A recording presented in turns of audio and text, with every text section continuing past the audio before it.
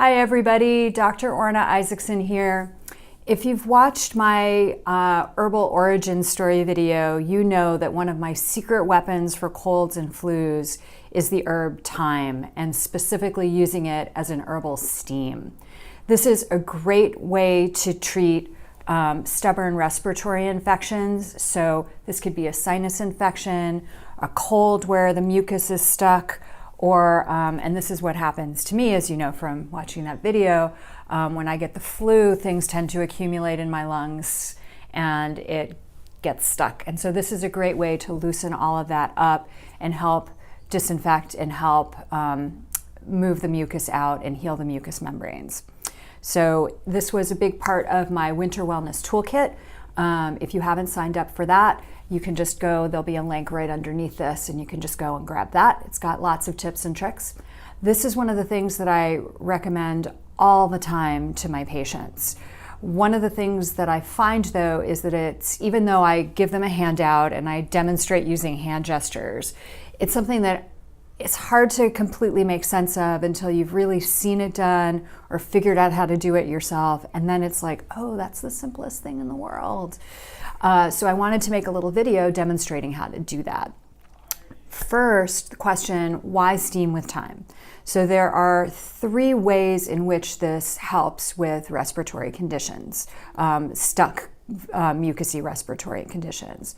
The first is that the steam itself opens and loosens. So it basically takes stuck snot and helps loosen it up. And it's also relaxing to the mucous membranes so that your lungs, instead of being so tight, can open up and relax a little bit, which helps you get stuff out. Then there's the thyme itself. So thyme, the reason we use thyme in cooking is because it smells so good, it tastes so good, right? And the compounds that make it smell and taste good, aromatic compounds, are also antimicrobial. So they can basically help disinfect if they get to places that need disinfecting. So when we take them orally with our food, they're helping disinfect in the digestive tract. But if we steam with them, we're getting those antimicrobial compounds directly onto the areas that are infected in our noses, in our throats, and in our lungs.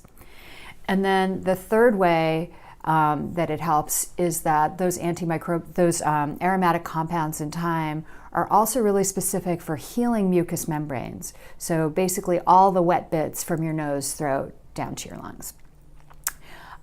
So to do this procedure, you need a few things. First, you need a bowl. I like big bowls. You don't have to use this big a bowl, but I really like them.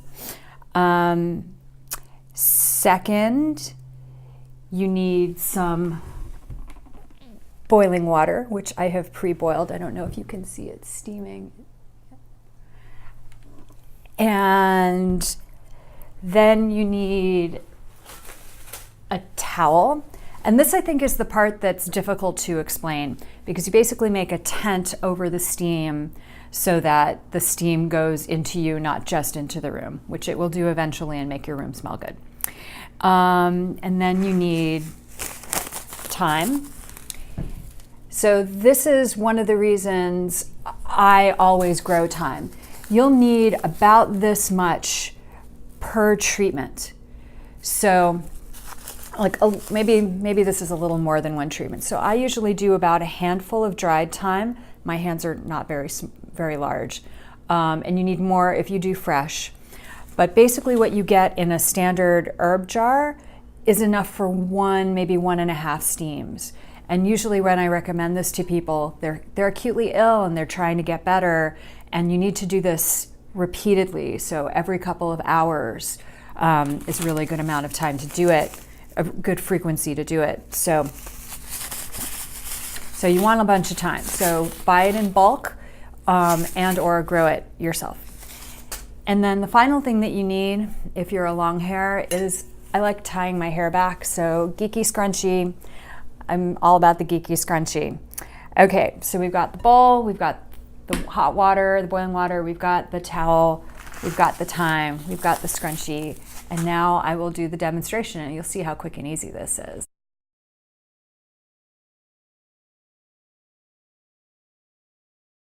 That was my first time using time lapse. That went really fast. Let's watch it again.